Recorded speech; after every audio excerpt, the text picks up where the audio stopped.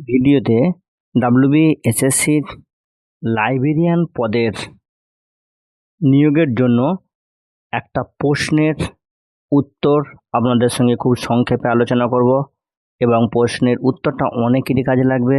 অনেকেই এটা আমাকে অনেক আগেই জানতে চেয়েছিলেন।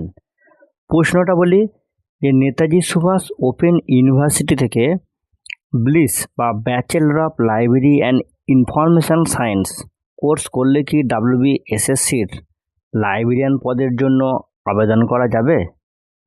তো ফ্রেন্ডস, এই প্রশ্নের উত্তর আপনারা নিজেরাই সহজেই জেনে নিতে পারবেন। এই জন্য কী করবেন না, প্রথমে একটু দেখুন যে ডাব্লিউবিএসএসসি লাইব্রেরিয়ান পোস্টের নিয়োগের জন্য যে রিক্রুটমেন্ট রুলস পাবলিশ করেছিল, সেখানে এলিজিবিলিটি হিসাবে লাইব্রেরিয়ান পোস্টের জন্য কি বলা রয়েছে।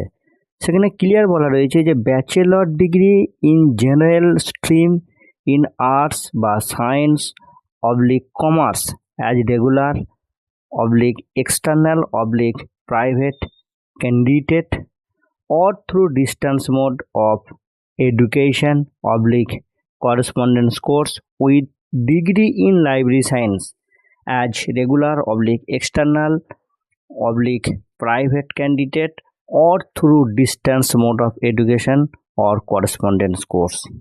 অর্থাৎ এর মূল যেটা জিস্ট সেটা হচ্ছে যে রেকগনাইজড ইউনিভার্সিটি থেকে আর্টস বা সায়েন্স বা কমার্স রেগুলার বা এক্সটার্নাল বা প্রাইভেট বা ডিস্টেন্স এডুকেশনে গ্র্যাজুয়েশনের সঙ্গে রেগুলার বা এক্সটার্নাল বা প্রাইভেট লাইব্রেরি বা প্রাইভেট বা ডিস্টেন্সে বা করেসপন্ডেন্সে লাইব্রেরি সায়েন্সের কোর্স থাকলেই কিন্তু আপনি লাইব্রেরি পদের জন্য এলিজেবল।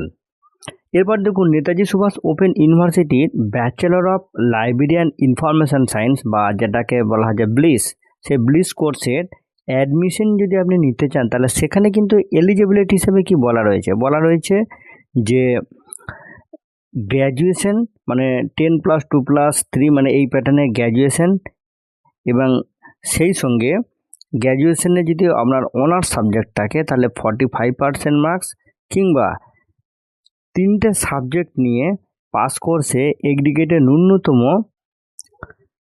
50% মার্কস নিয়ে পাস হতে হবে।